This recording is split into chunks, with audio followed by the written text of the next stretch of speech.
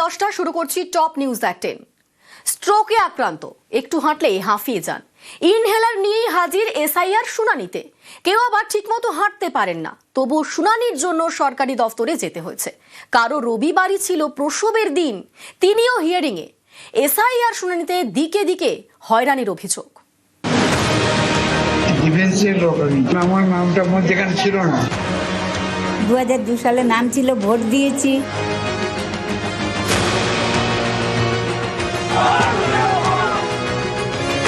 কি মানুষকে হেনস্থা করা আর কি।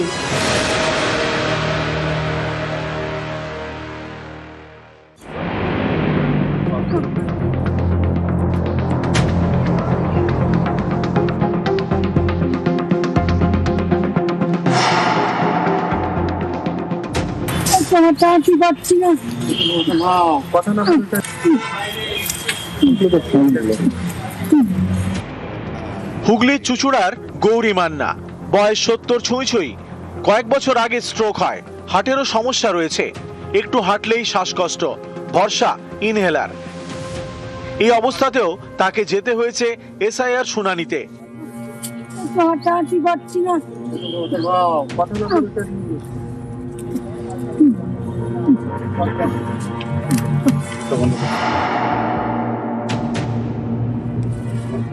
বৃদ্ধার পরিবারের দাবি, এসআইআর এর খসড়া তালিকাতে তার নাম রয়েছে, তবুও হিয়ারিং এর জন্য রবিবার ডেকে পাঠানো হয়। যেতে হয় তার বাড়ি থেকে প্রায় 5 কিলোমিটার দূরে অতিরিক্ত জেলা শাসকের দপ্তর।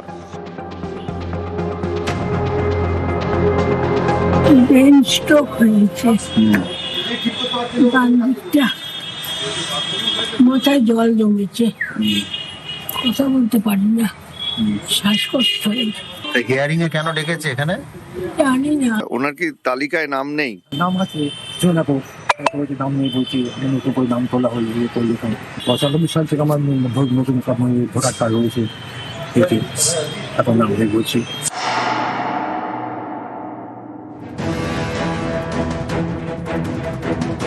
চুচুড়ার অশীতিপর সুসেন কুমার রায়চৌধুরী 2002 সালে ভোটার তালিকায় নাম না থাকায় তাকে এসআইআর শুনানিতে ডাকা হয়েছে।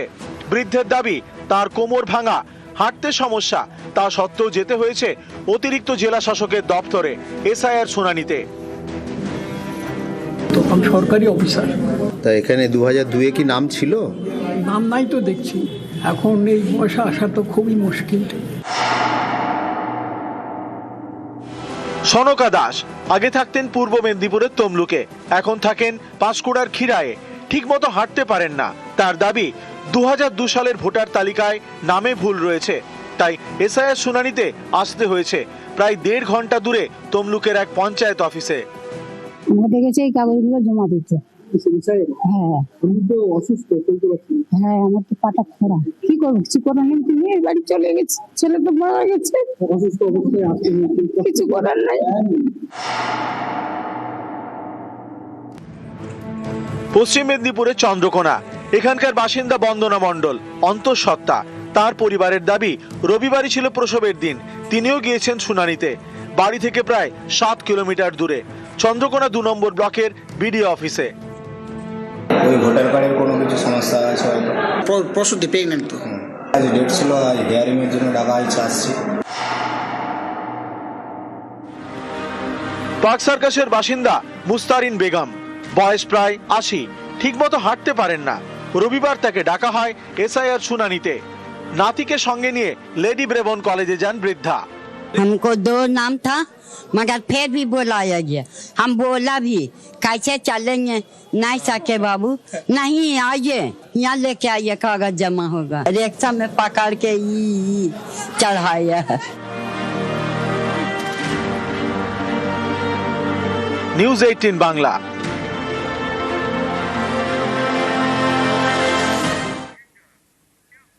এসআইআর হিয়ারিং এ চূড়ান্ত হয়রানির অভিযোগ। বয়স্ক, বিশেষভাবে সক্ষম, অসুস্থদের দুর্ভোগের এক শেষ। অনেকেরই প্রশ্ন, তাদের জন্য কি আলাদা ব্যবস্থা করতে পারত না নির্বাচন কমিশন? আর এ নিয়ে অন্য যুক্তি দিয়েছেন বিজেপি নেতা সুকান্ত মজুমদার।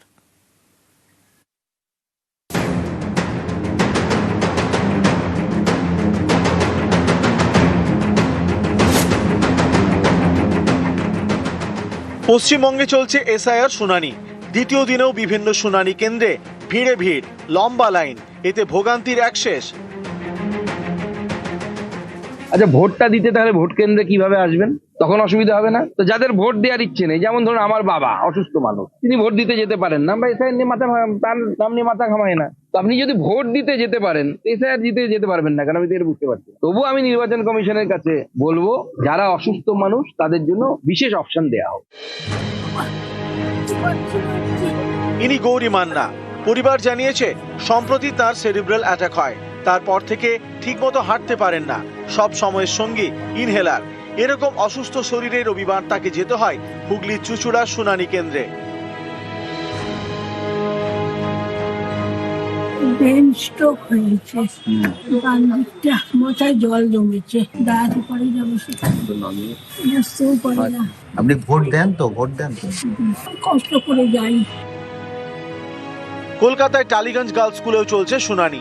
সেখানে হাজির বিশেষভাবে সক্ষম ব্যক্তি, সঙ্গী হুইল চেয়ার। আলিপুরে আবার অশক্ত শরীরে শুনানি কেন্দ্রে এক বৃদ্ধ। অনেকেরই প্রশ্ন, এই দুর্ভোগ কি কোনোভাবে এড়ানো যেত না?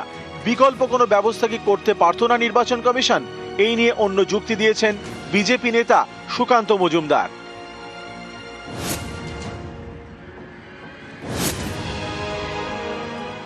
যারা বয়স্ক বা অসুস্থ লোক, আমি নির্বাচন কমিশনের কাছে আপনাদের মাধ্যমে আহ্বান জানাবো, তাদের জন্য বিশেষ পোর্টালে ব্যবস্থা করা হোক। আচ্ছা, ভোটটা দিতে তাহলে ভোট কেন্দ্রে কিভাবে আসবেন?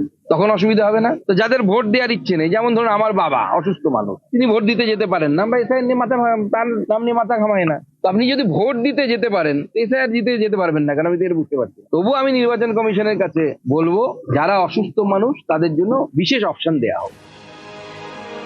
সুকান্ত মজুমদারের এমন যুক্তি অনেকেই মানতে পারছেন না। আমাদের বয়স্ক লোকদের, যাদের 80-র উপরে বয়স, তাদের ওঠা উঠে এটা যদি একতলায় নিচে করা হয় তাহলে তাদের পক্ষে কিছু সুবিধা।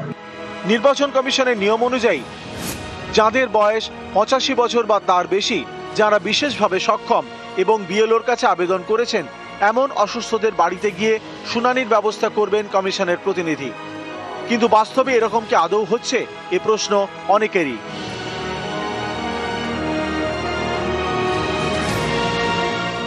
নিউজ 18 বাংলা।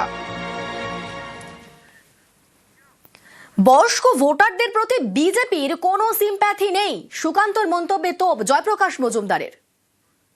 ইলেকশন কমিশন একটা নিয়ম করেছে গত 3 বছর ধরে, যে দরকার হলে ভোট কেন্দ্র যাবে যারা বয়স্ক মানুষ তাদের কাছে। মতুয়া, রাজবংশী, উদ্বাস্তু, নমশূদ্র এবং এর মধ্যে আবার উচ্চবর্ণ হিন্দুরাও আছে, যাদের আজকে দেখেছি যে কোনো ক্রমে হিয়ারিং এ গিয়ে পৌঁছচ্ছে। বিজেপির এদের ওপর কোনো রকম সিম্প্যাথি নেই, তাই জন্যই এইরকম একটা কথা বলেছে, ভোট দিতে গেলে কেন হিয়ারিং এ যাবেন না, ধমক চমক, নাম কেটে দেবো। আবারও বিএলওর মৃত্যু, এবার বাঁকুড়ার রানীবাঁধে। স্কুল থেকে উদ্ধার বিএলও তথা প্রধান শিক্ষকের ঝুলন্ত দেহ। পরিবারের দাবি, এসআইআর এর কাজের চাপে তিনি আত্মহত্যা করেছেন। ক্লাসরুম থেকে মিলেছে সুইসাইড নোট। এদিকে পূর্ব মেদিনীপুরের পাঁশকুড়ায় বিএলওর 6 বছরের মেয়ে অসুস্থ, হাসপাতালে ভর্তি। তাই মেয়ের বেডের পাশে বসে সারতে হচ্ছে এসআইআর এর কাজ।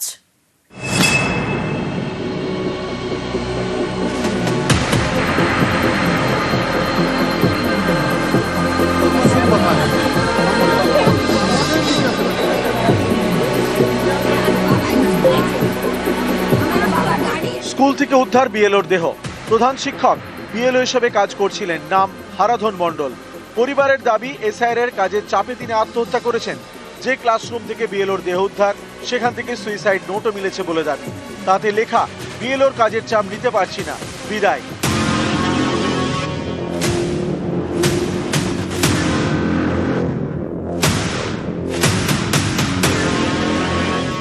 বাঁকুড়ার রানীবাঁধের রাজাকাটা এলাকার বাসিন্দা হারাধন মণ্ডল এলাকারই প্রাইমারি স্কুলের প্রধান শিক্ষক। বিএলওর কাজ করছিলেন। পরিবারের দাবি, রবিবার সকাল 9:30 নাগাদ বাড়ি থেকে বের হন হারাধন। বলেন এসআইআর এর শুনানিতে যাচ্ছেন। এর 1 ঘন্টার মধ্যে স্কুলের ঘর থেকে তার ঝুলন্ত দেহ উদ্ধার। পরিবারের দাবি, সকাল থেকে এসআইআর এর কাজ নিয়ে চিন্তায় ছিলেন হারাধন। তাই বাড়ি থেকে বেরোনোর পর তাকে ফোন করেন পরিবারের একজন, কিন্তু তিনি ফোন ধরেননি। এতে সন্দেহ বাড়ে। শুরু হয় খোঁজ। শেষমেশ তার ঝুলন্ত দেহ উদ্ধার হয় স্কুলের ক্লাসরুম থেকে। এসআইআর চাপ নিতে পারছে না বাবা, তার জন্য সুইসাইড করে নিয়েছে। প্রচুর চাপ ছিল, কোনো কিছু সাহায্য পাচ্ছে না, কোনো কিছু বলছে যখন অফিসে কোনো নোটিশ নেই, কোনো ট্রেনিং নেই, কিছু নেই। আজ বলছে এই কাজটা করলে হবে, কাল বলছে ওই কাজটাই ভুল। সে তারপরে এবারে বলছে যে আপনি বুঝে করুন, এগুলো সব আপনার সব করতে হচ্ছে, প্রেশার হচ্ছে বিভিন্ন দিক থেকে।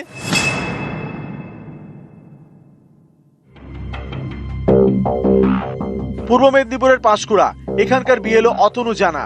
তার 6 বছরের মেয়ে অসুস্থ, শুক্রবার থেকে পাঁশকুড়া হাসপাতালে ভর্তি।